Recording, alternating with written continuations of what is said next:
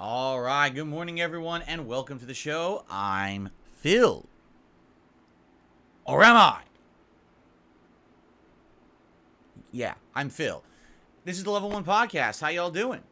It's Saturday, the 27th of May, 2023, and it is React Day. Every Saturday I do reacting, although next week will be an exception, and we will talk about that today. Simply because we got a ginormous release coming out on Friday, something that I've been very much anticipating, and I don't want to only play it one day and then already be taking a break from it.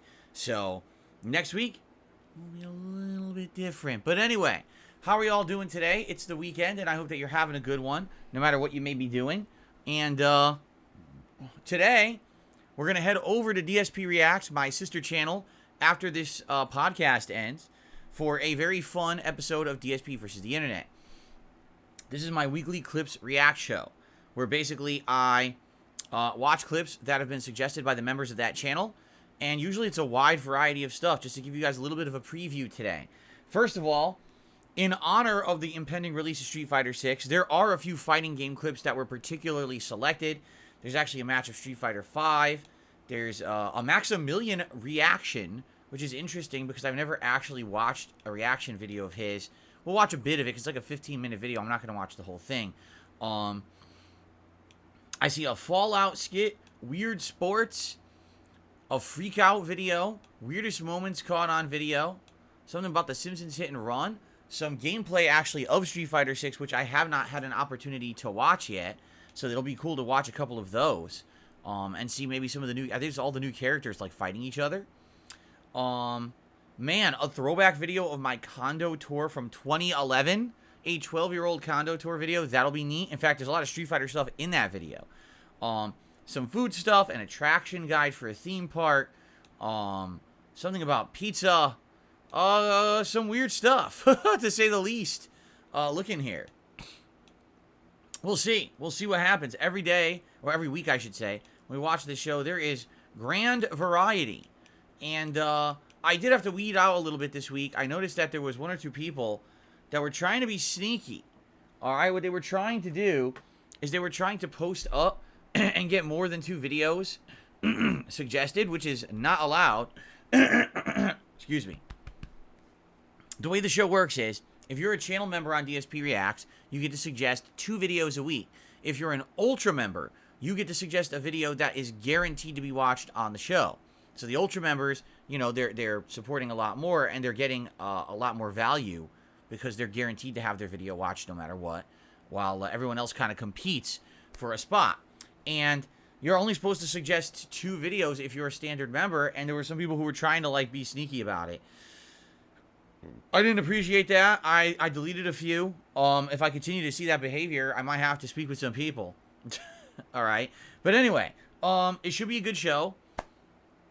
Hope you'll join me over there. After this podcast ends, what happens is you'll see a message on your screens if you're here live. It'll say, hey, head over to the React show on DSP React. You can just click on that and head right over to the show. If you're watching this on demand, well, check out the sister channel. It's youtube.com/@DSPReacts. Speaking of DSP Reacts, it's had a very busy week because I had all those videos from last week's Fight and Feast marathon that went live over the week.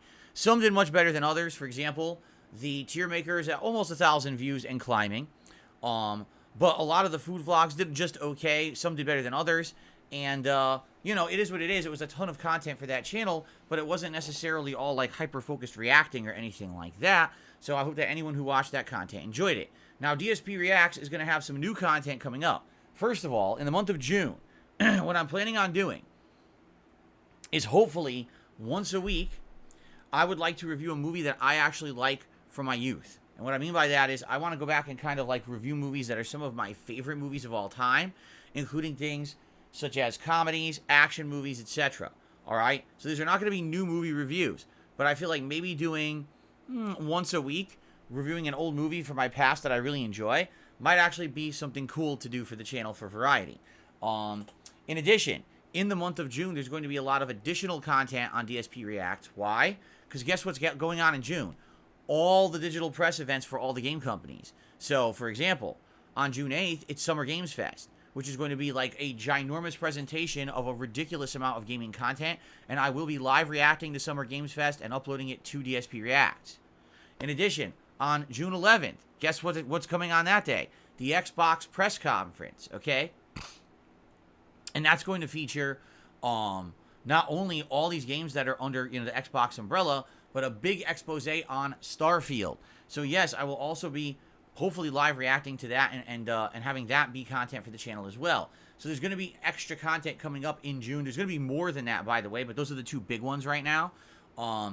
So DSP Reacts, you may say, it's been kind of stagnant lately. And I would agree with you. But I would think it's going to pick up in a big way for some extra content coming soon. I hope that you guys will give the channel a chance and give it a look. Okay? Remember, the best way to support that content and be a part of the action is to become a member. The members are the ones who suggest the clips for the DSP versus the Internet show that we do every weekend.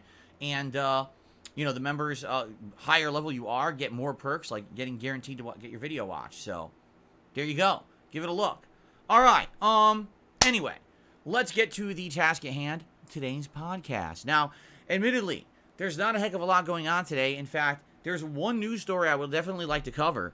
But outside of that, there's just not much going on in the realm of gaming today. I think it's, as I said the other day, it's like the calm before the gaming storm. We're about to get hit with a ton of game news, a ton of game releases, and a ton of stuff in gaming. So this week, it's probably going to be slow because everything's being saved up for June.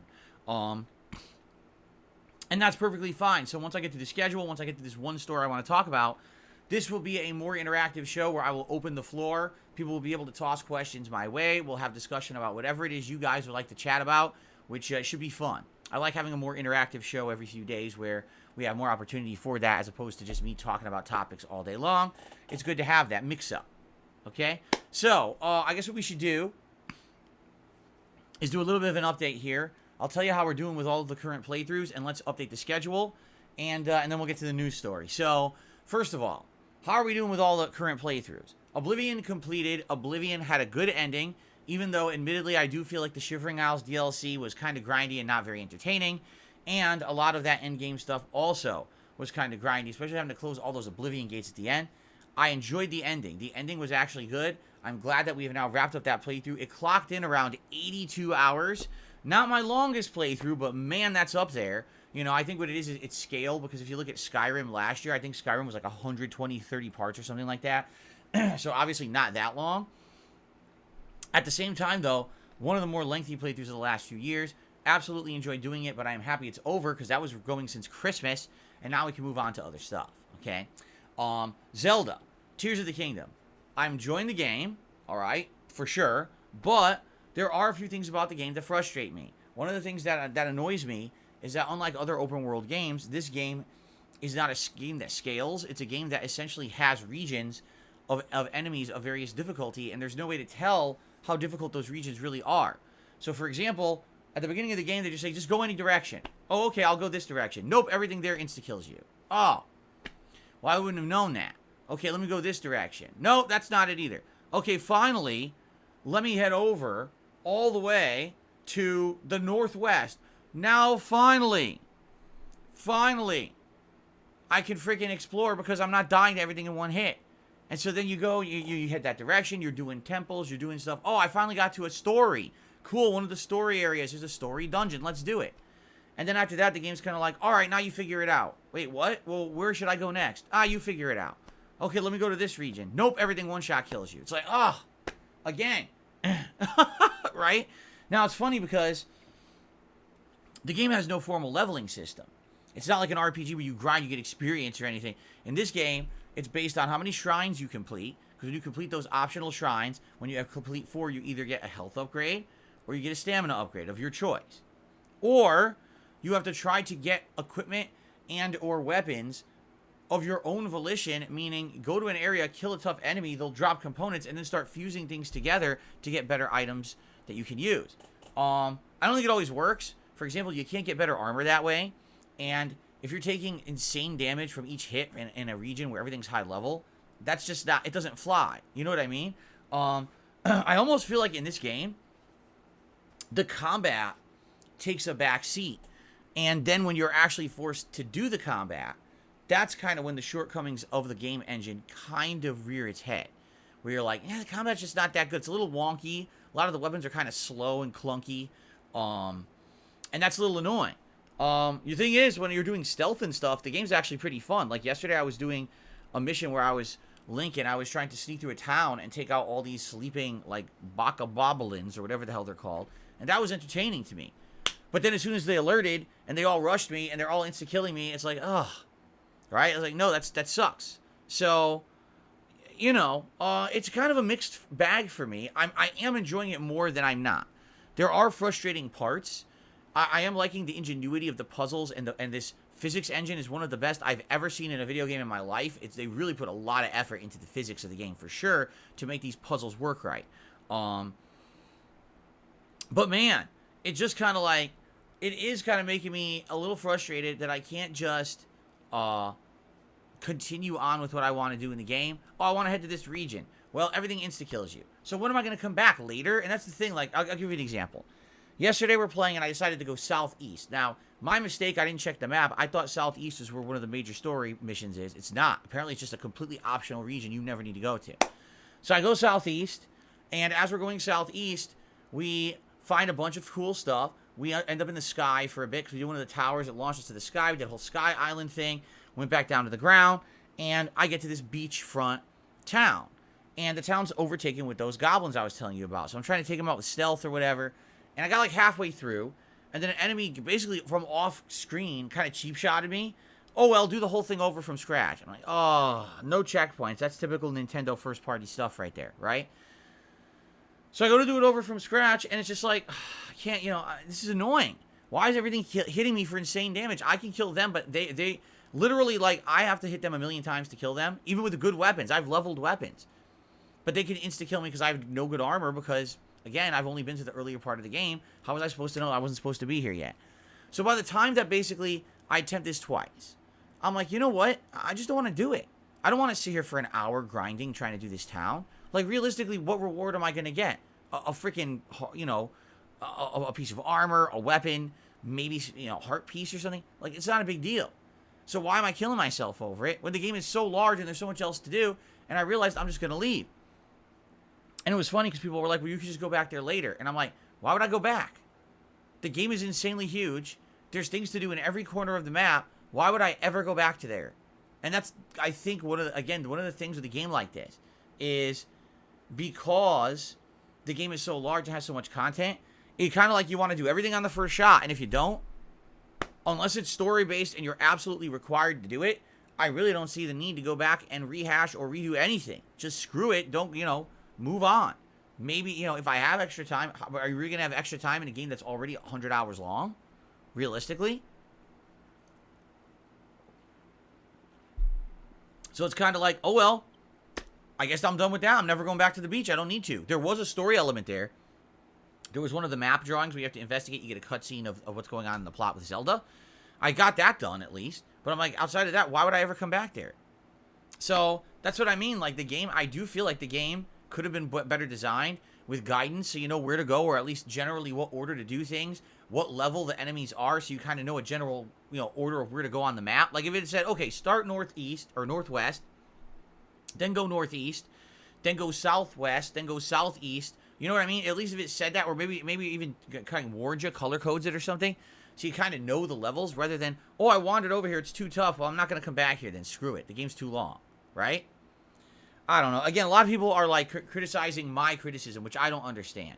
I'm like, how can you criticize my criticism? I'm just being honest. I'm just telling you these are my thoughts as I play the game. A lot of people are like, oh, it's a masterpiece. It's fucking flawless game. I don't think so. I think that the game has room for improvement. It's a good game, don't get me wrong. Like, I'm enjoying every time I play Zelda. I'm having a good time with it. But I want to be honest and transparent with my audience. I don't think it's as good as these people are kissing its butt. And it's the same thing happened with Breath of the Wild, where I thought Breath of the Wild had a lot of shortcomings, and I was very, honest and upfront and transparent with the audience. And that everyone said, oh, it's Game of the Year. Like, if you say so, just ignore all the flaws, get caught up in the hype, and say it's Game of the Year. Go for it, I guess. But anyway, I think it's a good game. I'm looking forward to more. We're playing it again on Monday as the main stream. And now we're going to head towards a story portion of the map, okay? Star Wars Jedi Survivor. Hui. I talked about this yesterday at length. I don't really want to go into it again. But essentially, the game is so full of bugs and graphical issues, I don't want to spend more time on it than I need to. So that's why I'm playing it every day this week moving forward. I'm playing it tonight on the late stream, Sunday's daytime stream, Monday night's late stream, and Tuesday's daytime stream, and with the intention of beating the game on Tuesday. Because I want to finish it up and move on with other things. I don't want to be focused on this game forever. And I really wish that the game wasn't a mess, because I have enjoyed doing the side content of the game, but I'm not going to do it when the game keeps crashing and having issues and ruining my experience and wasting my time. The final straw for me was the last session when I spent over 20 minutes on an optional dungeon, got to the end of it, was about to solve the puzzle, and the game crashed. And then I had to redo, well, I would have had to redo the dungeon from the start. It erased all my progress. And I said, I'm just not doing it. I'm done. I'm going to move on with the story. I don't care about this. This game is a broken, buggy mess. So I just want to turbo through it at this point and finish it. That's my attitude towards this game. Get it done this week. So next week we don't have to worry about it. It's done and we can focus on the new games.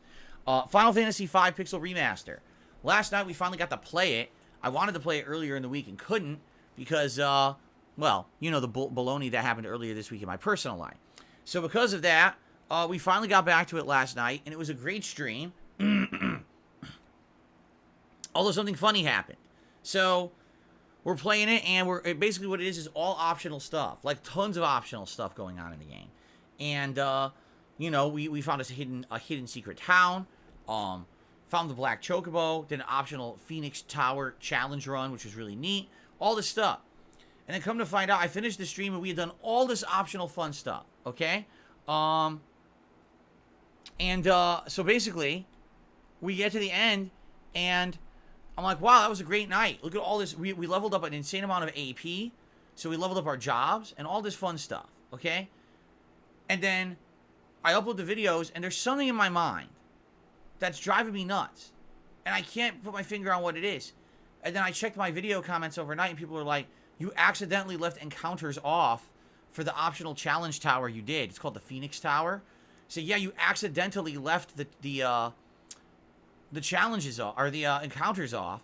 There's still a ton of fights in the tower regardless, but you basically skipped all the regular combat in the tower, which would have made it way harder, and that's really why that tower is one of the considered one of the end game challenges.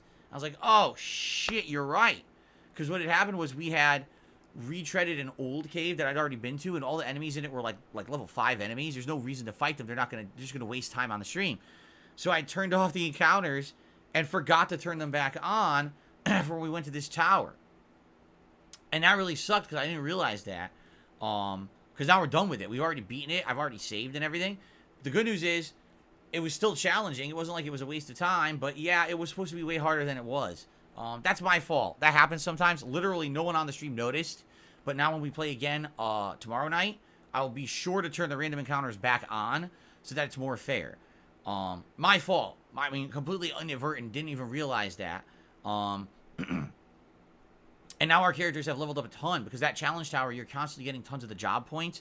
So our characters now have like giant dual dual wielding, multi-hitting combos and stuff that are pretty damn crazy, right?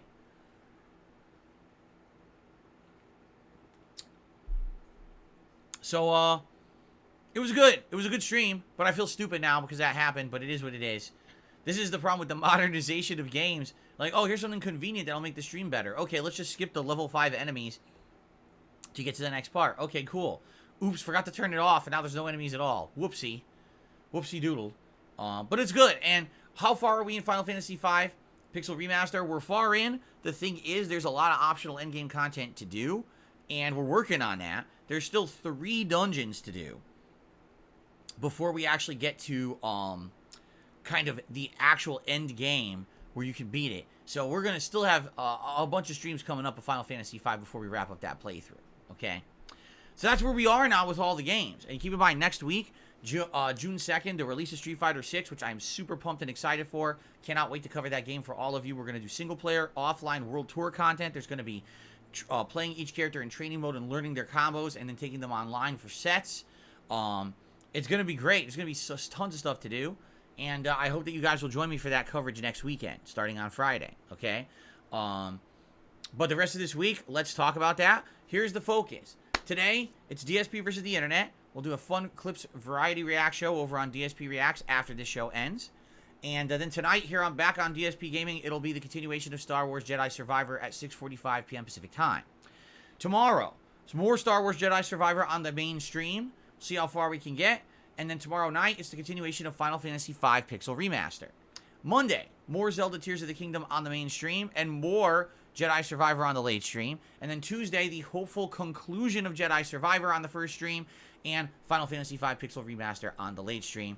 No streaming on Wednesday. When I come back on Thursday, it'll be more Zelda and Final Fantasy, and then that's when the big Street Fighter festivities start that Friday. It'll be Friday and Saturday, all day long, Street Fighter, the 2nd and 3rd of June. The 4th will be the next React show, so yes, I am bumping the React show one day forward, so that I at least have 2 full days to play Street Fighter before we take a break from it. But then after that, it'll go back to normal of the React show being every Saturday, okay? Now, June is a big question mark, and here's why. June 2nd is Street Fighter 6.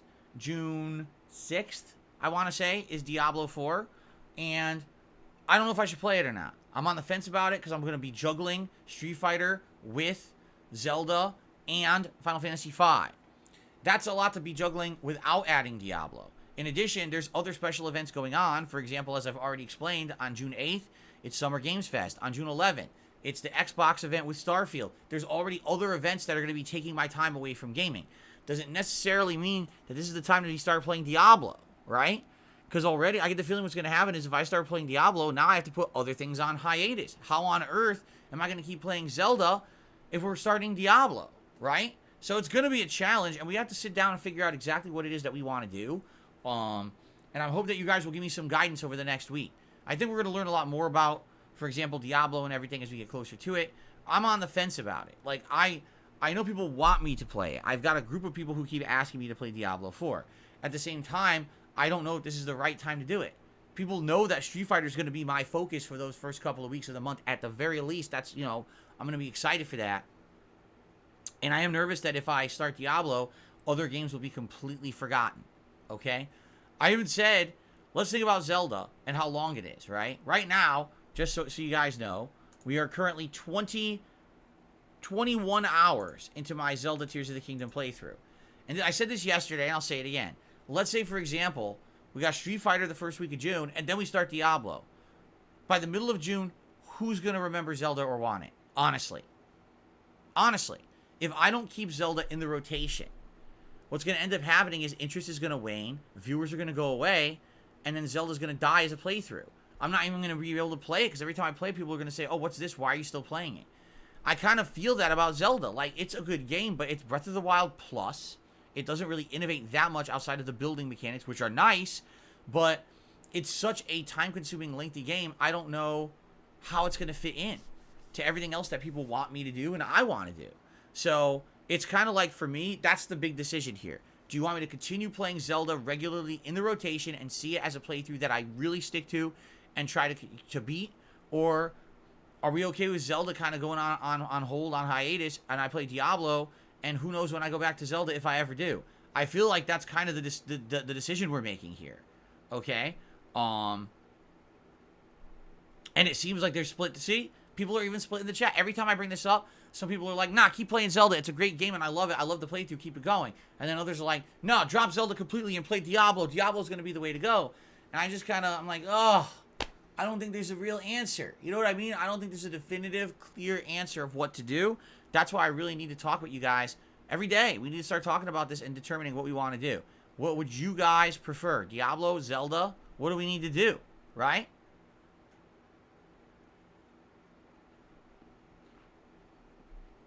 Man. Well, here we go. All differing opinions. Zelda is the hottest game of the year. No, please play Diablo 4. Skip Diablo if it's terrible. I don't think anyone's saying it's terrible yet. That's not the point we're making here. Do whatever you think is best. Oh, don't say that. Don't say that. Because, dude, these decisions are getting very tough. And, you know, I hate to say it. This is what happens when you have these incredibly long droughts of gaming, and then all of a sudden everything comes out at once. Why is it that within 1 month, we've had Star Wars Jedi Survivor, Zelda, Final Fantasy V Pixel Remaster Collection, Street Fighter 6, and Diablo? That's 1 month. All those are coming out within 1 month of each other. Why? We just had January, February, March, and April, and those months were nearly dead. They had almost no releases, maybe one major release a month. Why did they all just come out in May into June? It's stupid. These game companies don't look at the gaming landscape and realistically look and say, this is how we're going to do it. Let's make it so that our game gets time to be hyped up and get in the media and get some attention and get some market share before all these other games come out. It's like they pay no attention to anything around them, and then this kind of crap happens. And now how are you supposed to play them all, enjoy them all? You know what I mean? It's very frustrating for someone like me, who's a variety creator, who likes a variety of games, but they keep making the games so goddamn long, you can't get through them. 100+ hours for Zelda? Seriously? Seriously. 100 hours.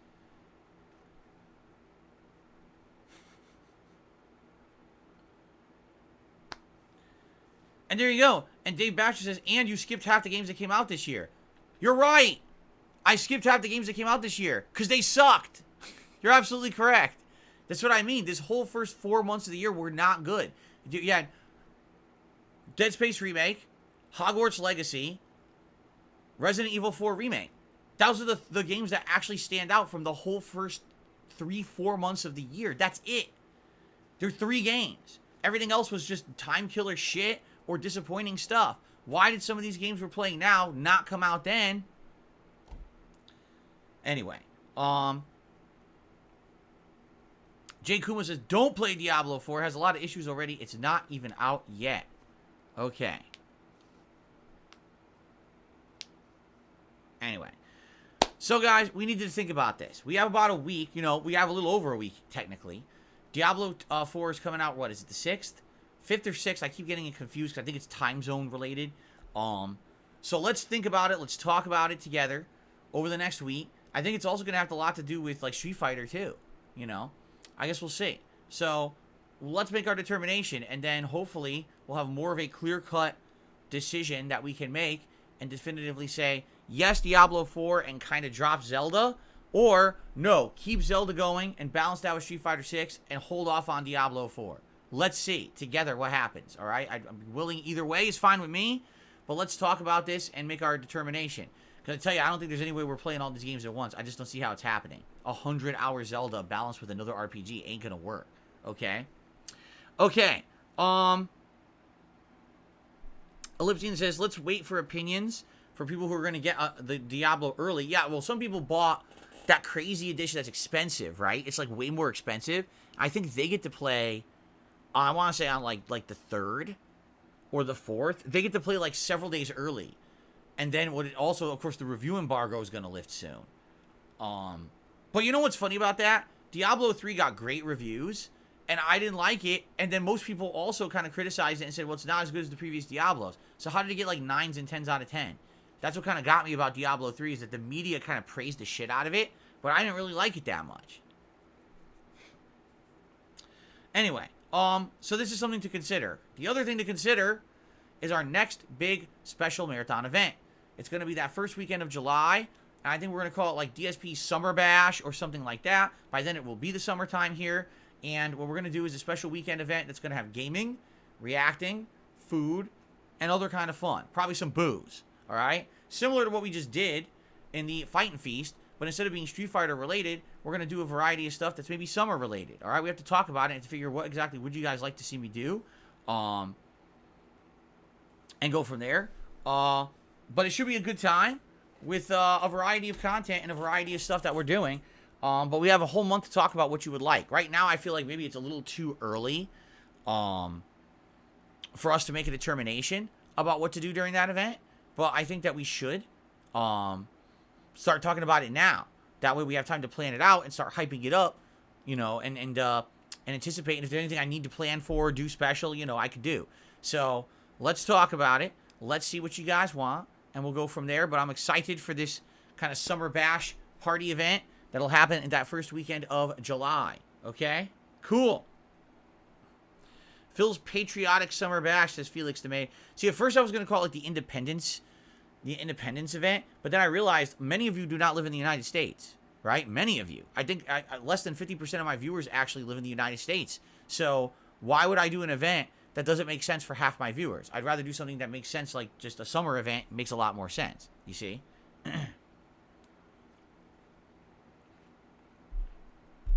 Oh, really? There's something called Canada Day that same time? I didn't know that.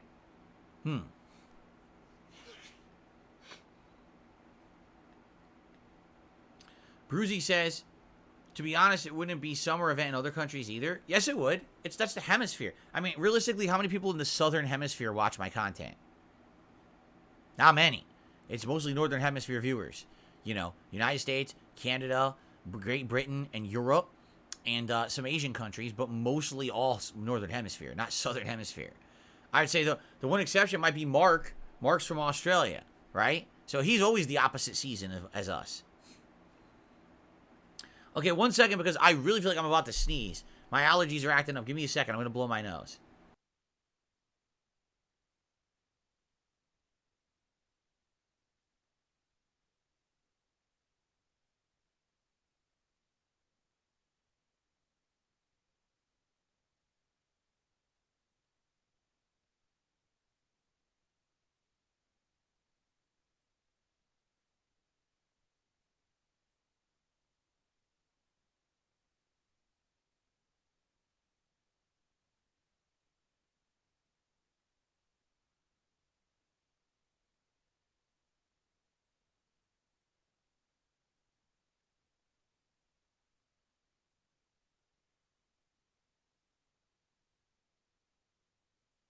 As I was blowing my nose, out of nowhere, I had an interesting idea.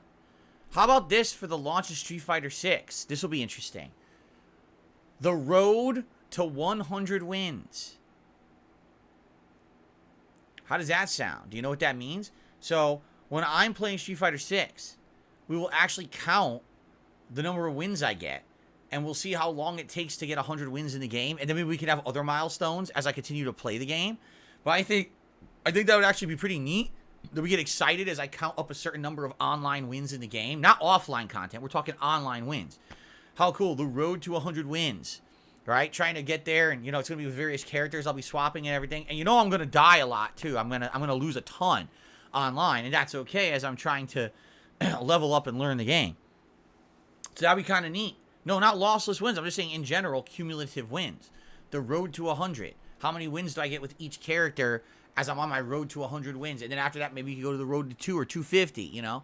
Do these milestones. I think that would be neat to do milestones as I play Street Fighter 6 and try to see how long it takes to do it. And people could actually, like you know, kind of wager against each other and say, oh, how long will it take Phil to get those 100 wins? Will he get it within a few days? Will he get it within a week? Will he get, you know, well, who will he get his 100th win with? You know, that'd be fun, actually. That's something different. Something I never do because I don't usually play fighting games that often. But this would be a cool way to do it, I think, right? Okay. Anyway, so that's the schedule. I hope that sounds good to you guys. We have one news story for today that I'd like to cover. And then we're going to get to, like, shout-outs and interaction. The one news story is kind of interesting, though. So you may have remembered, maybe you don't, but you may remember that Naughty Dog, that's right, the game developer that used to make games such as Crash Bandicoot, but now has moved on from games like Uncharted to focus pretty much solely on the Last of Us franchise recently. Well, they were supposedly making, or their main focus was supposedly supposed to be on a standalone multiplayer game in the realm of the Last of Us universe.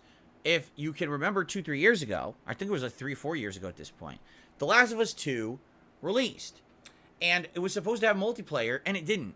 And Naughty Dog told us, oh, don't worry, it's coming. So we all bought this game for $60, expecting the same full experience we got with The Last of Us 1, which was a story-based campaign and multiplayer.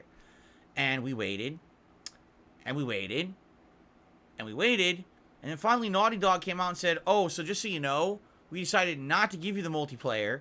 What we're going to do is we're going to make our own standalone game because people seem to want it so much, and we'd like to put more effort into it and make a whole big standalone kind of multiplayer universe, okay?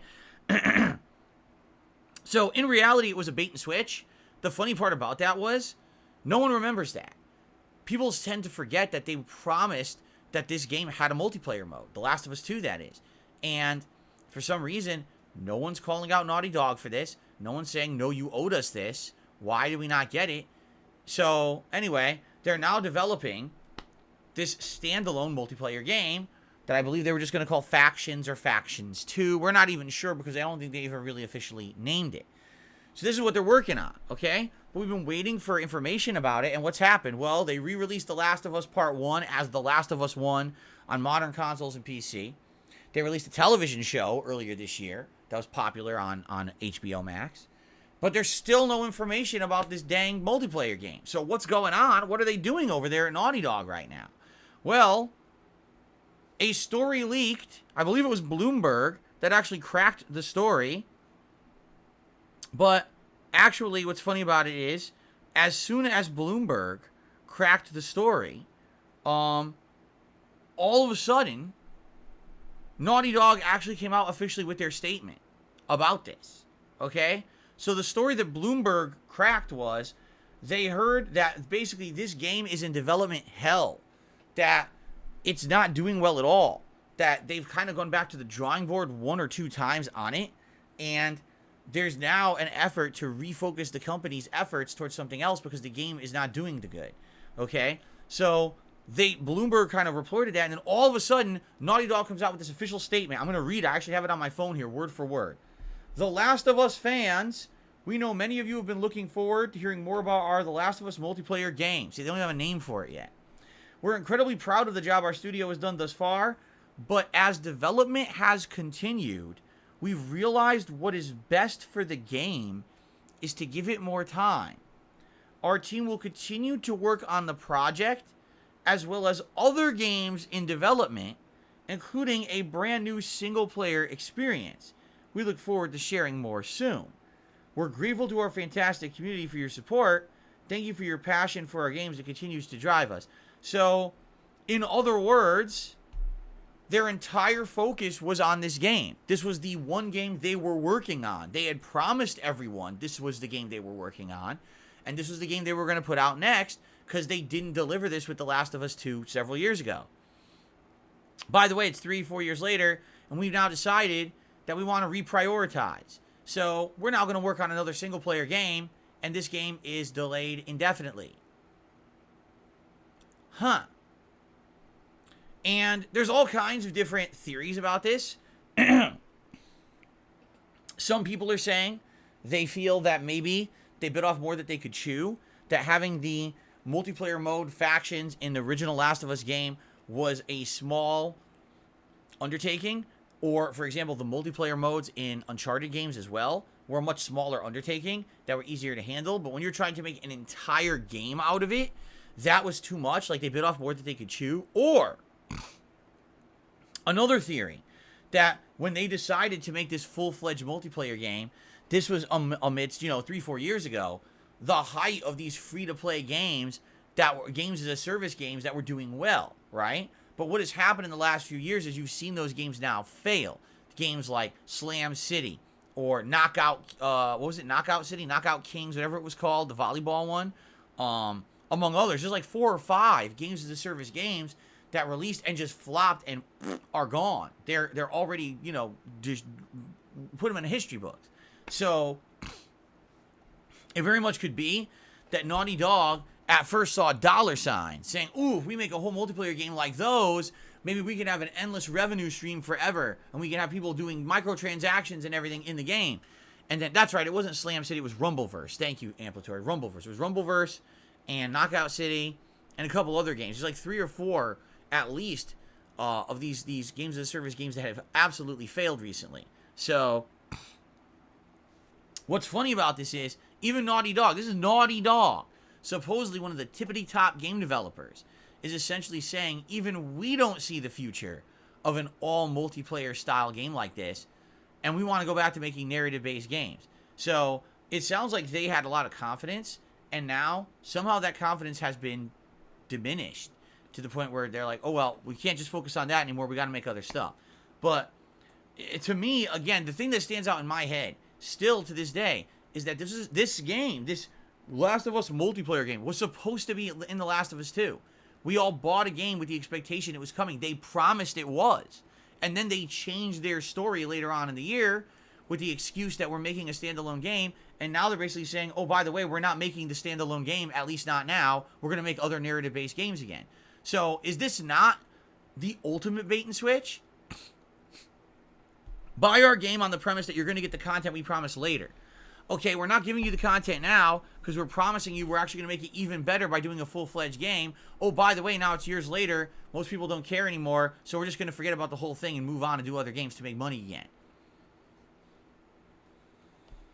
You know what I mean? Like, that's pretty crazy to me. That again, everyone seems to be giving Naughty Dog the pass. It's like Naughty Dog is the new Nintendo, where everyone just forgives everything they do wrong and immediately just says it's fine. I'm pissed. Dude, we all bought a game 3 years ago, promised multiplayer, and now we don't get it? Now we got screwed? Like, why did we all get screwed over by Naughty Dog? Who are they? Right? This isn't some fucking high and mighty company. Why are we letting them treat us like this? And why are people going to run out to buy their next game when they didn't deliver on this promise, which they owe us because we bought Last of Us 2? It's bullshit. It actually is pretty upsetting that no one's really up in arms about this, in my opinion. Like, I would be like, nah, I'm sorry. No, you have to live up to your promises just like everybody else. You know, you don't get to just be a dick like that.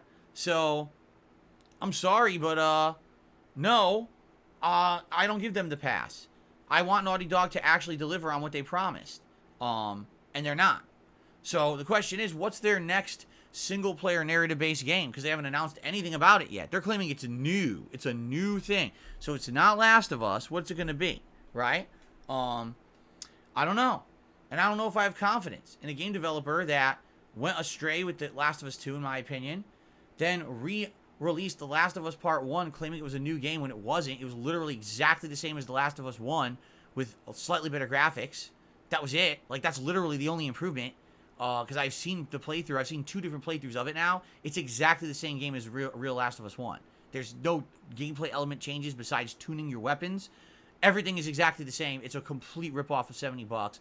The only people, again, who really made use of that was people who needed the accessibility features. Outside of that, literally every person who bought that game got ripped off. And now they're going back on their promise of the multiplayer game, which is a whole new can of worms. It's like, how many... You know what they say? Fool me once, shame on you. Fool me twice, shame on me.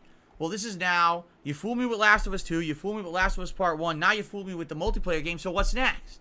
And why do we keep acting like they're not doing this? I don't understand. The cult of Druckmann continues on, apparently, where people just follow this guy and just kiss his butt. And it's pretty sad. You know, I get it. Neil Druckmann is pushing the studio to make games that are considered very progressive. He's allowing marginalized people and groups to get representation in video games. I'm okay with that. I have no issue with any of the characters or anything that he's done in these games. My issue is, it's pretty unethical the way this guy operates. 3 times in a row now. 3 times he's done unethical, messed up things, and everyone just pretends like he's not. And it actually pisses me off that people let the wool be pulled over their eyes constantly with this guy. You know? I'm sad. I'm sorry. And even the show. Was the show good? Yes. Was the show great? No. The TV show was nowhere near as good as the video game. Too much content was cut to make room for new content that really didn't add much of anything in tandem with what was important in The Last of Us lore. Adding in entire episodes that really didn't mean to be there because he wanted to tell his stories, you know? It's not your pet project. It's supposed to be the story of The Last of Us, and you cut out critical content to have room for stuff that was fluff. So, I don't know, man. It drives me nuts. And again, I guess we'll see what happens. What's the next project? And is everyone going to kiss its butt too? Because it's the next Naughty Dog Druckmann baby. I don't know, but it pisses me off that somehow we are still being fooled by this guy. I say we because we're collectively a gaming community. I'm not. I call this guy out all the time. But everyone else seems to just be like, oh, gets a pass every day. Another pass. It's fine. Oh, no multiplayer game? That's okay. But we paid for it. We paid for the multiplayer game when we bought The Last of Us 2. It was supposed to be part of the package. We were promised that it was coming later. And then they told us, well, it's going to be a different game. And, you know, how do we just forgive and forget this guy so many times? I don't know, man. Anyway, that's the only news story for today. So I went a little bit long on it. All right, it's time for shout-outs. So let's do YouTube side shout-outs first. We start today with Little Crow, who did a super chat. I said, did you hear about the Gollum game running like shit and looking like a PS2 game?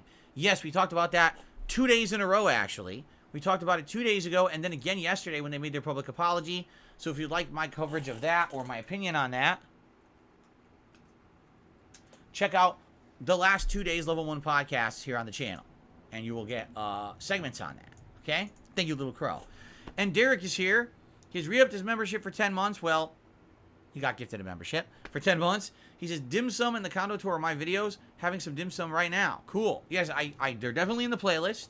I think they're about halfway down. You definitely got your videos in on the earlier side this week. Let's see. 1, 2, 3, 4, 5, 6, 7, 8, 9, 10, 11, 12, 13, 14, 15, 16. 16. It's the 16th video. I would argue we're going to get to that. Usually we get through like 20, 30 videos each week. So I would think we're definitely going to get to that stuff there. And yeah, it's good variety of stuff. I like the condo tour because the condo tour is from 2011. And it actually covers a lot of my old Street Fighter collection that I don't have anymore. So it'll be cool to see a lot of the old stuff I used to have in the condo that was Street Fighter related back in the day. Okay. Let's get to tips.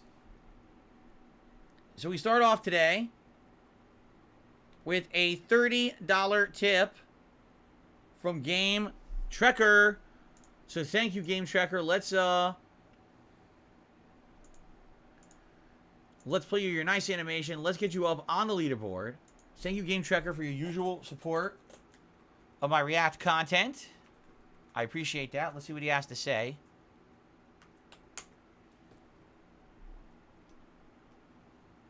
Cool. He says, your reaction to the Chris Jitters clip was everything I'd hoped for. You even recognized the commentators the moment you saw them. Oh, yeah, dude, Chris Matrix? I used to play with him in tournament. I played against that guy a ton of times in Marvel vs. Capcom 2 back in the day. And Noel kind of came on as a player after that. But I played Chris Matrix a billion times. This is back when they were all part of Empire Arcadia, okay? I'm glad I finally had the thought to submit that one. You know, you had some funny commentary moments of your own in tournament videos back in the day. I think I'll submit one of those for next week. Sounds good. I don't remember that. Sounds good. You know, those days are long past me. It's always good to go down memory lane. So thank you, Game Trekker, for the first tip of the day. I received a $2 tip from the legendary and final Snow Carl. Who's your favorite weapon type in Zelda? What's your favorite weapon type in Zelda Tears of the Kingdom? I like bowing the enemies from afar. I like, so far, the kind of like mid-speed swords. They have good range, but also they're kind of quick. I don't like the ginormous swinging clubs and swords. They're too slow. Half the time I try to hit an enemy, and the enemy ends up attacking me and stuffing my attack because it's too slow to swing. The bow is good, but having the limited ammo in the bow is frustrating. I would love to just be able to just unload on enemies, but I have limited arrows all the time, and I always get a little nervous that I'm going to run out of ammo. In particular, yesterday I was trying to take on a mini-boss, and I didn't have any ammo. I was like, well, I guess I can't beat him. I found a way to actually get the item I need from him. But yeah, so that's my take, is those mid-range, middle speed swords. I received a very generous tip. This is a $50 tip from Lisa Lou, who says, hi. Well, hello, Lisa Lou. Thank you very much, Lisa Lou, for a $50 tip. That is a ginormous contribution. That is the biggest contribution of the day. That means we get right to the Gunner Glasses reward tier. So thank you for that. Let's get the Gunner Glasses on.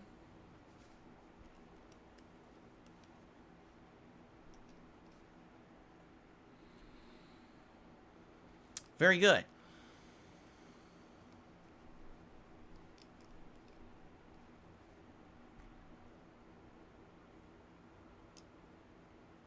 Cool. And that gets us up to $82 in tips, which means we are almost already at the hat goal, and we haven't even finished the podcast yet. So thank you so much for that. And that's it. Lisa Lou just said hi. That was it. So there's nothing else to say. Thank you, Lisa Lou, for the generous tip. I received another tip.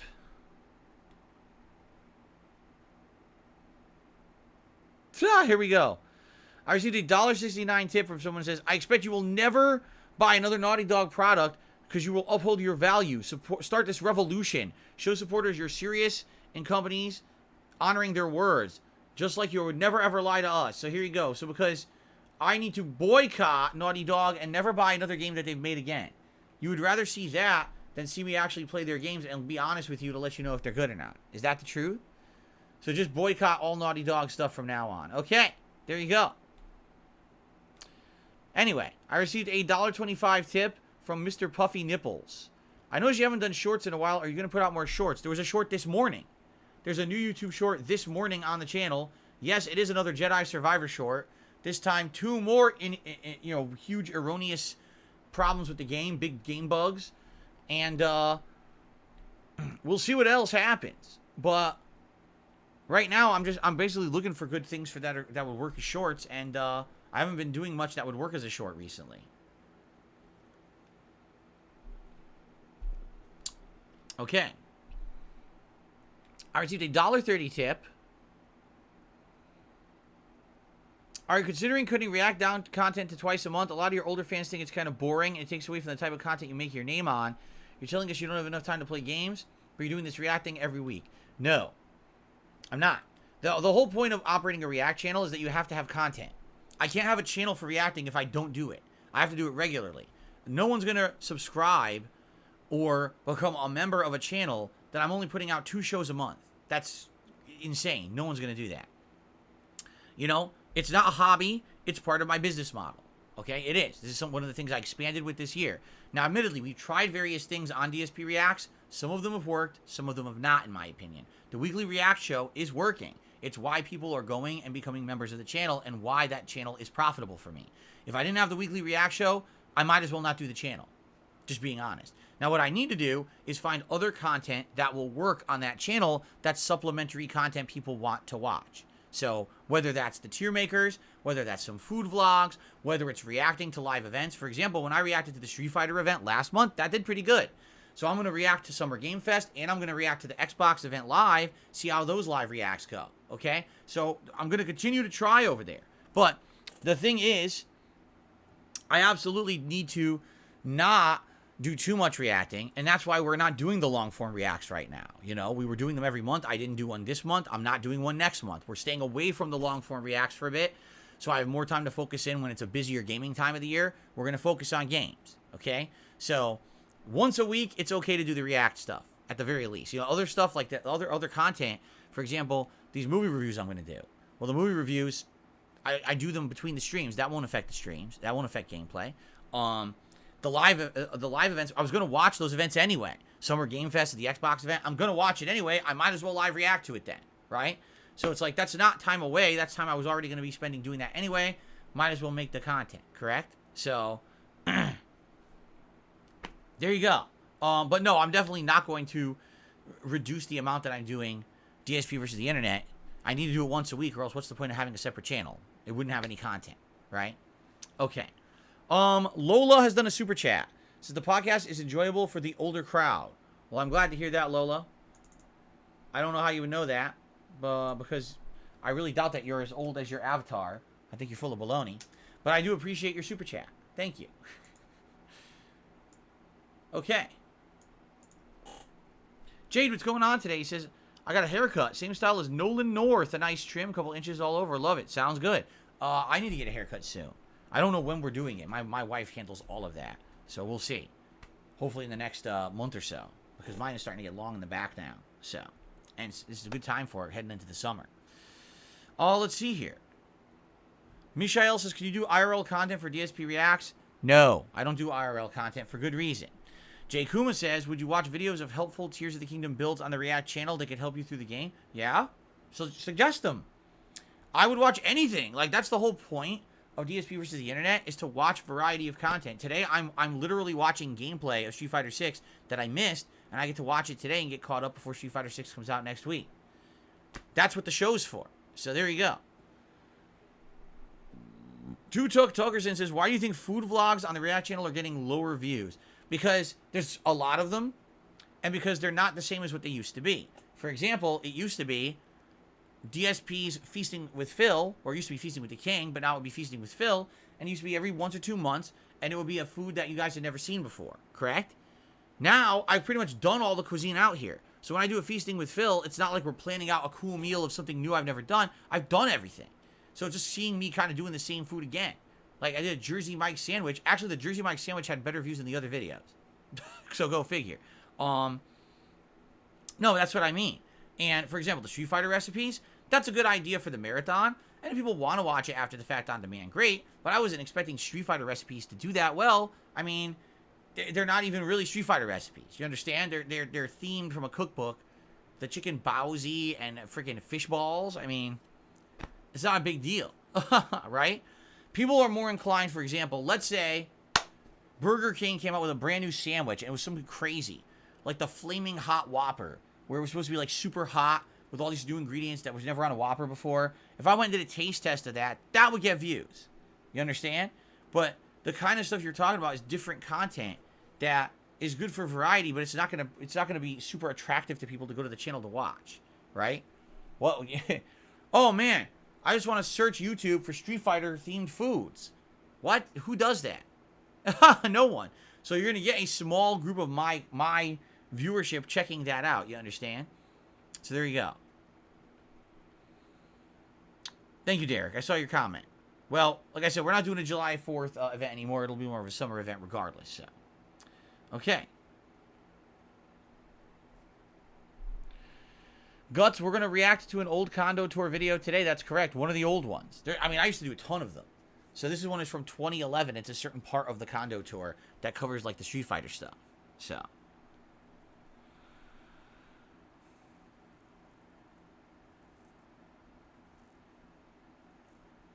Derek says he's having something called Lo Mai Gai. It's a sticky rice chicken that's wrapped inside of lotus leaf. I've never had lotus leaf before. I wonder what that's like. Huh. Am I going to be playing the new Metal Gear games? Yeah, if they ever make them, but there are none new ones. There's all a collection of the same stuff you've already played, and a remake of 3, which I've already played. I'll probably play the remake. I don't know about the collection. I guess we'll see.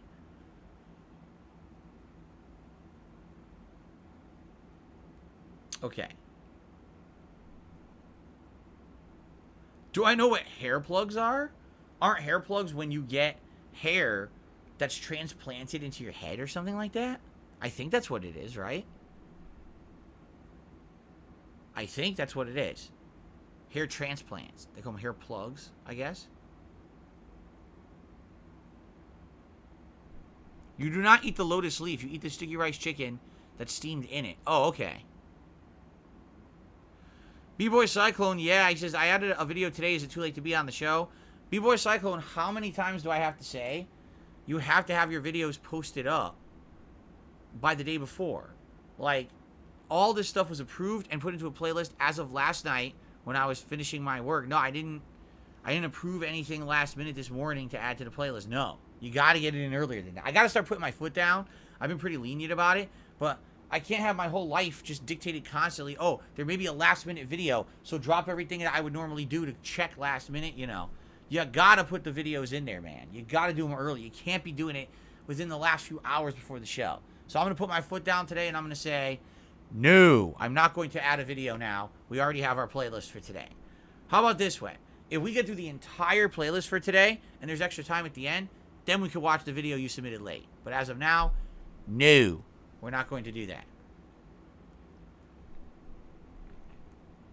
You're correct. I said I was posting on Sunday, and indeed I did. I always say it when I'm posting. Same thing tomorrow. I'm posting tomorrow. When? I don't know. Because I've enjoyed doing it at different times during the day, because it allows a variety of people to post at different times. 2 weeks ago, I posted at like 4 p.m., and then last week, I want to say I posted at like right after the marathon ended, so probably between 8 and 9 p.m. When will I post tomorrow? I don't know. I haven't even thought about it yet, honestly. Looks like I got another tip.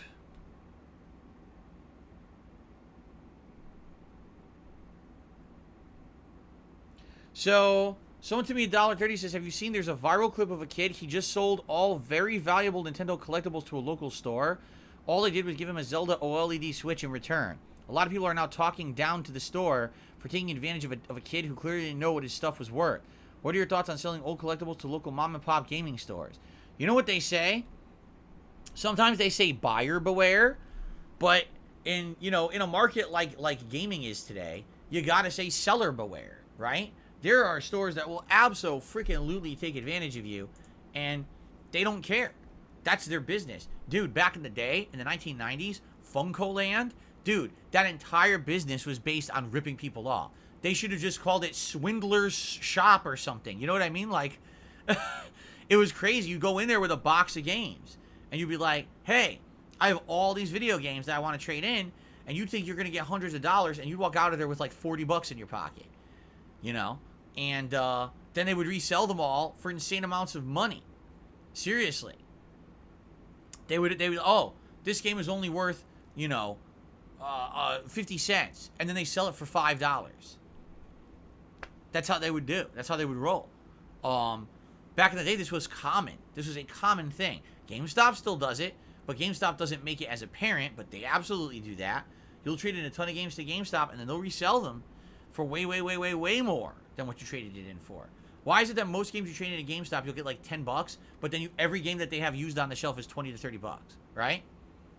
So this is a common thing, quite frankly. And, should it be called out if it's a really bad deal? I mean, yeah, I think so. But I would say call out the bad deal. But hey, if someone walks into a commercial transaction like that with no knowledge of what they're doing, that's on them. For example, I did my closet clean out last year. I have a stack of retro games in my closet that you guys gave me very valuable, very high values for. You're basically like, yes, the estimated value of a lot of those games is good, so leave those aside. So if I go to sell those, right, it's on me to do the research and figure out what they're worth before I walk into a transaction situation where someone wants to buy them, and to try to, you got to wheel and deal a little bit, right? Say, hey, I see online this game's worth $80. You're telling me you're going to give me 20. Now, wait a minute. What about 40, right? And then you work on it like that. You know what I'm saying? I hate to say it. I mean, is it sad that the kid got ripped off? Yeah, I think it is sad if a kid got ripped off.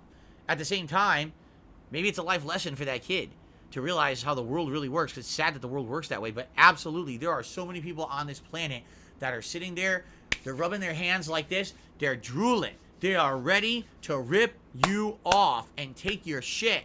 And they don't give two shits who they hurt, who they walk over, who they stomp on to get ahead. That's the mentality of a lot of people on this planet. Why do you think there's so many toxic people on YouTube that they get over by shitting on people? Because that's how people are on Earth. So you got to learn this lesson early so you don't get swindled later on in life. At least the kid got ripped off with video games and not a car or not a house or not something that could seriously ruin their life financially, right? So it sucks that that's the case, but that's life too. I got ripped off. I absolutely positively I went to Funko Land and I traded in a bunch of my old retro games. I got diddly dick for it. Diddly fucking dick. Because I was stupid. I should have just kept them, honestly. Okay. Radical Jaws has done a super chat and says, Jaws is here. Hope you see the Donkey Kong clip. Maybe we will, maybe we won't. Let's see where it is, actually. I think that Radical Jaws wanted me to watch this Donkey Kong show. It's in there. So Derek was around 16, 17, 18, 19, 20, 21, 22, 24. It's about the 28th clip in. So about 2/3 through. We might get to it. We certainly might get to it. We'll see. It's the apparently there was a Donkey Kong Country show in the 90s. I had no clue. I didn't know Donkey Kong Country ever had a TV show, but apparently it did. And that's what Radical Jaws nominated for us to watch today on the React show. So I guess we'll see if we get to it or not. I've never seen it. Thank you, Radical Jaws, for the super chat. Okay. Felix the Maid said, better to sell games on eBay than go to a store that will rip you off. Yeah, but I would say, sadly, there's a lot of barriers to entry to doing things on eBay. You know, the first barrier to entry is if you don't have a reputable account. A lot of people who are reputable buyers would never give you the time of day. If you don't have a selling history, a lot of people just take it for granted that you're a scammer or a noob, an idiot who's not going to do a good job, and they don't want to risk putting their money. And when you're a new seller, you attract a lot of scammers, okay? If you're a kid, how on earth are you going to do all these? How are you going to be able to make an account, post up this thing, be able to afford the money to ship this thing out to somebody? You know what I mean? Like, there's a lot of factors a lot of people don't consider.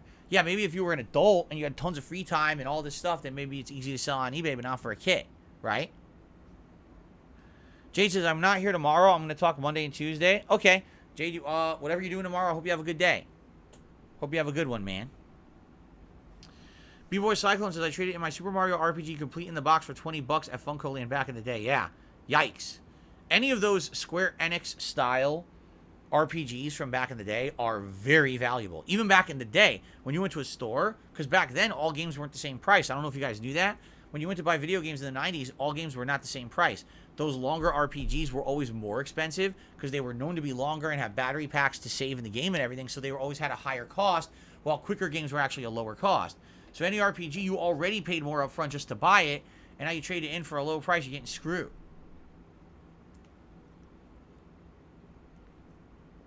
Gaming Guru says, that's not true. eBay has a buyer protection and they'll refund money if they're scammed. Wrong. It's not how it works.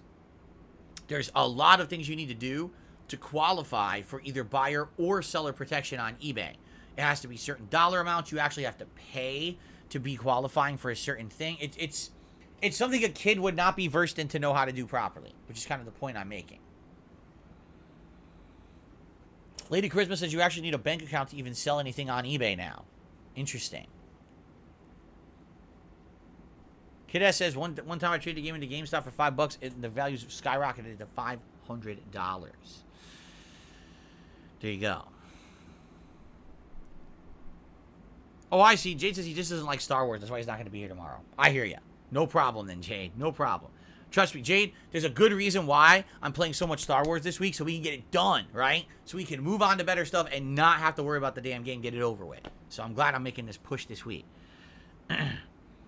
Jay Kuma says, how do we recommend videos for the React channel? Not today, for a future date. You got to be a channel member. It's the channel members who recommend those videos, all right? When you become a member, then once a week on Sunday, I post up a community thread on the channel, and everyone posts up their nominations in that thread. First come, first serve.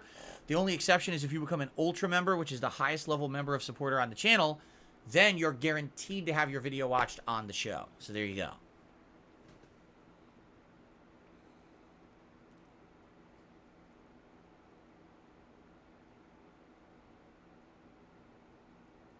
Okay.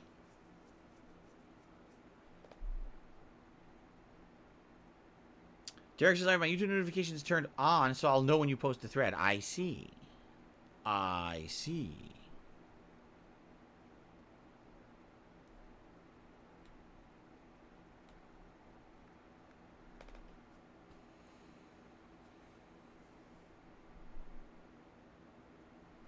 B-Boy Cyclone says, isn't it funny how Square Enix RPGs were around $70, $80 back in the 90s? Now the games cost that much, everyone is mad. Yeah, again, I distinctly remember going to the store and seeing certain video games would always be more expensive. And it was usually either ultra-popular games or RPGs. So it would either be like Street Fighter 2 when it came out, that was like crazy expensive. It was like $70. Even though it's a fighting game, it was always like more expensive. Zelda, more expensive. Final Fantasy, more expensive. Any game that had the battery backup save, they always charged a premium price for. And anything that was a hot new release or even a tie-in, like anything that was branded tie-in, Even some of those freaking Simpsons games that sucked, they would be more expensive because they were Simpsons, and Simpsons were hot in the 90s, you see. But yeah, the prices were high. Like some games, I remember spending like $80 or more back in the 90s on like an RPG. For sure, I remember that. Yeah. And back now today, people complain about the $70 price point. They don't get how it used to be. Lady Christmas says some N64 games were upwards of $90. Yeah, N64 for sure, because again, N64 was using the legacy technology of the cartridge with the battery pack in it to, in it to save your game. And because of that, it made the cartridge cost go way high. While all the other games were going cheaper, right? PS1 games were actually very inexpensive because they were on a disc and they could easily produce these. While the N64 games were very expensive to manufacture. The Dan Man says, what's your favorite flavor of popcorners? We were talking about popcorners before we started the podcast today. If you don't know what popcorners are, they are a chip that is made of popcorn that tastes exactly like popcorn. The difference is there's no kernels in it. So if you like popcorn, but you hate getting the popcorn kernels stuck in your mouth and your teeth, popcorners is a very good alternative. I've been eating them now for months. I love popcorners. I think it's super duper good as a snack. And it's also great for you. It's not fried like a freaking potato chip is. So my favorite flavor, they have so many good flavors. They have like kettle corn. They have one that's cinnamon and sugar with salt as well. They have like just sea salt, so it tastes like plain popcorn. They have ones that are like spicy pepper. I think it's like spicy chipotle or spicy cheddar or something like that. I've had all these different flavors, but my favorite is white cheddar because it's like white cheddar popcorn. You ever had like the Smart Foods popcorn? It tastes just like that, but no kernels. It's like super duper good. No, this is not a sponsorship. Someone asked me a question. I'm being honest. So there you go.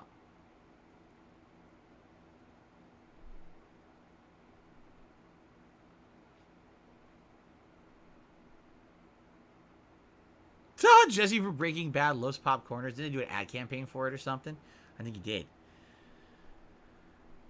Derek says, thanks for playing the TV show, video games, 2 South Park games, SpongeBob, Simpsons, and Family Guy. What's the one TV show you'd like to see become a video game? One that hasn't been? Oh, man.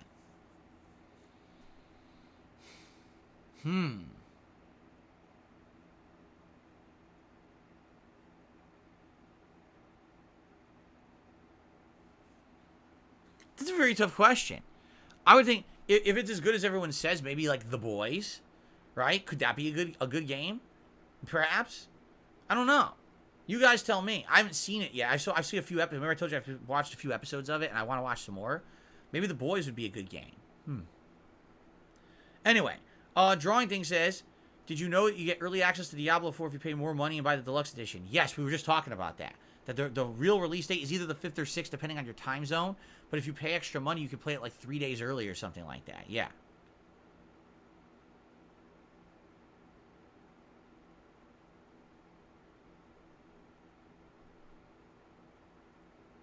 Thoughts on the new Warhammer bolt gun game? I have not seen combat of it. I am aware of it. People keep telling me about it. But I don't know much about the gameplay style. Isn't it kind of like Gears of War or something like that? I don't know.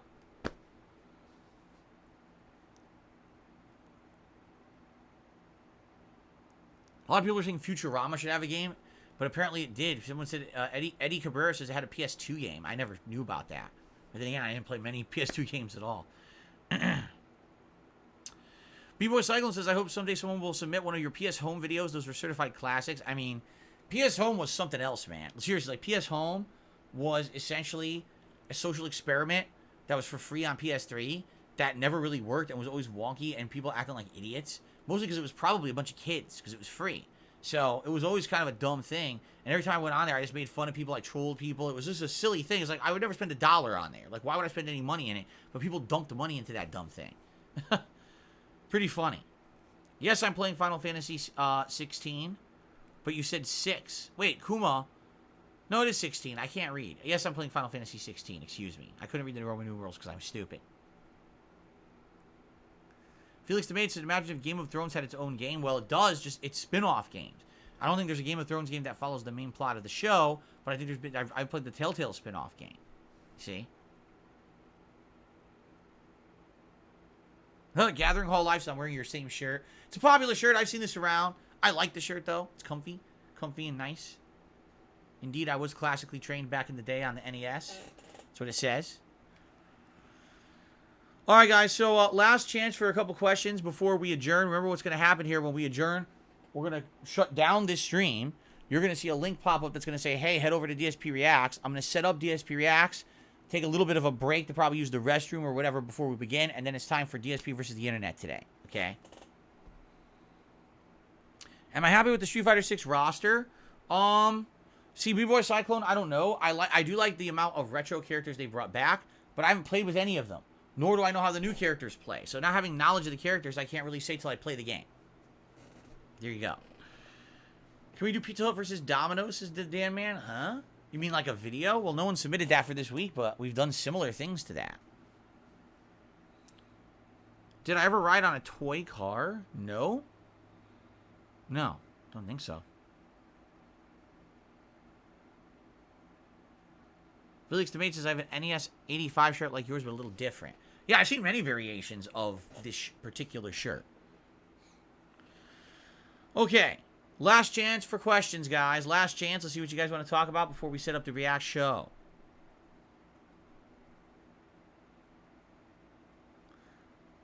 Yes, those are the only 2 movie reviews I ever did before. Inception and Iron Man 2. And then I really never reviewed movies for the longest time. And then I recently brought it back for DSP Reacts, but it hasn't really done very well. It's not like those videos got traction or anything. No, I would not play Kingdom Come Deliverance. I watched my wife play it, and we didn't like it, so I'm not going to play it. Jay Kuma, we already used Guile in the beta, so I likely would not be using any of the characters who were in the beta to start. I'm likely going to want to try characters that were not, like, for example, the new characters or the returning characters from, like, World Warrior or DJ, characters who I have a lot of experience with in previous iterations, but I want to see how they play in this one. Those are probably the characters I'm going for first. So...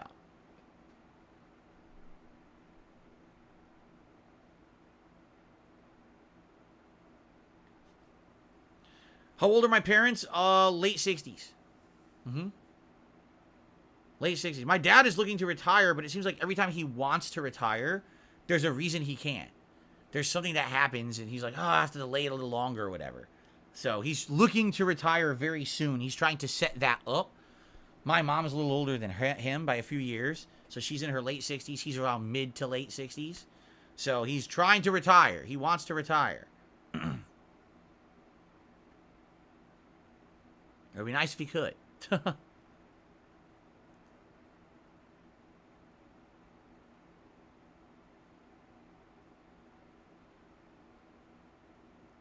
I think the new Amnesia would be good? I have no idea.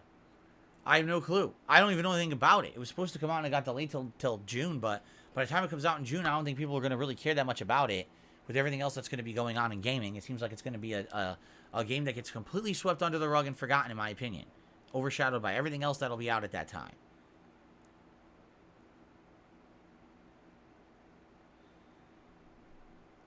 Okay.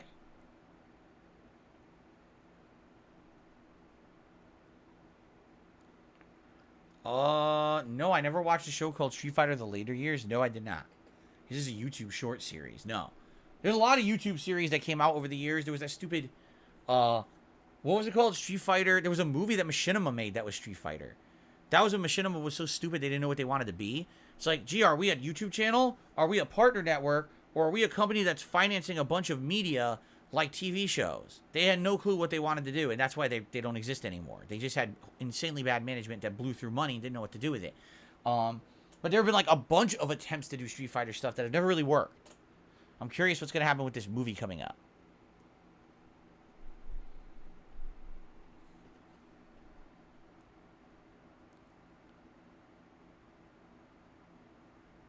Lady Charisma says, have you ever thought about doing a time limit on video submissions so that way there's more time for other videos? The thing is, I don't commit to watching the whole video, right? I don't.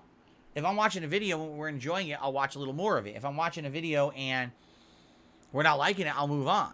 So the length of the video really doesn't matter, in my opinion. Although, admittedly, if there's a video that's like 10, 15 minutes long, chances are I'm just never going to watch the whole thing on a clip show where we're trying to keep stuff moving. I think people kind of get that. You know, I think they know, oh, man, I'm submitting a longer video. I hope they'll watch at least some of it. I think that's kind of their mentality, right?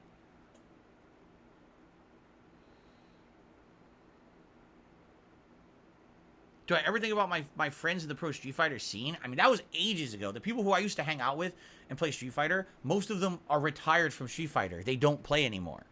So it's not like, oh man, I used to be there hanging out with all those players, and now look at them, they're still playing, and they're at the top of their game, and I don't play anymore. It's not the case. Like, all the people who used to play in Connecticut, they retired. All the people who I used to know, for the most part, have almost all retired. There's very few. Like, I would say, you know, Arturo, probably one of the few who didn't. He's still very active in the scene.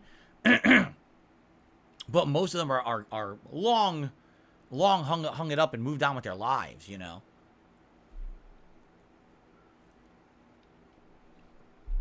Derek, thank you. I'll like I said, I'm probably going to do some older reviews of movies from my youth, movies that I like from the past, very soon. Okay. All right, guys. I think it's time. Shall we adjourn? I think it's time to adjourn the show. This way I'll have a little bit of extra time to set up the React show. Thank you. It's been a great show. Great interaction. Lots of conversation. Thank you for the support. I mean, this early level of support before we even got to the show is great. Keep in mind what happens. This carries over to the other channel. So we'll be picking up right here with $85 in tips on the React show. So if we get more, we hit the 100 or whatever, then you'll still get your rewards. Not like that resets or anything for the React show. Okay? Pretty cool. So, thank you for watching. I appreciate the support. I appreciate your input and the fun interaction you've given me today. We are heading into the home stretch, folks. Less than a week until the release of Street Fighter 6. I'm very excited. If you can't tell, I'm talking about the game every day now. And I certainly hope that you will check out my content of the game starting on Friday of next week, June 2nd. And heading pretty much over the course of the entire month, both single player and multiplayer. Get hyped for Street Fighter, and I'll see you next time.